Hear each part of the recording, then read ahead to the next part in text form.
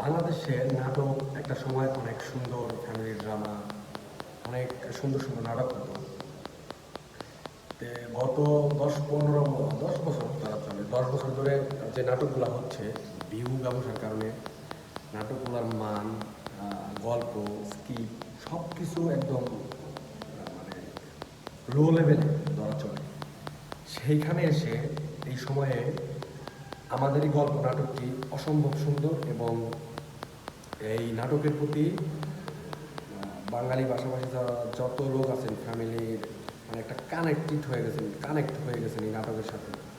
নাটকটা যে পরিমাণে ভিউজ এবং নাটকটা যতটা আলোচনায় আসছে, এতে বোঝা যায় বাংলাদেশের মানুষ ভালো কন্টেন্ট, ভালো স্ক্রিপ্ট হলে মানুষ দেখে। এই নাটকের প্রতিটা চরিত্র অসম্ভব সুন্দর।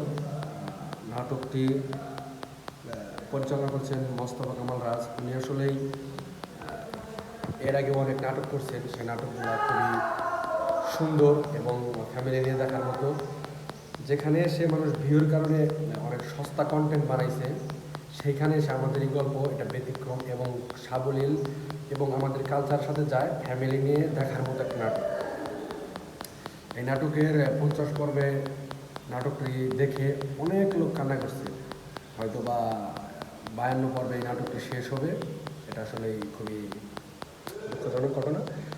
যাই হোক, নাটকটির সাফল্য একদম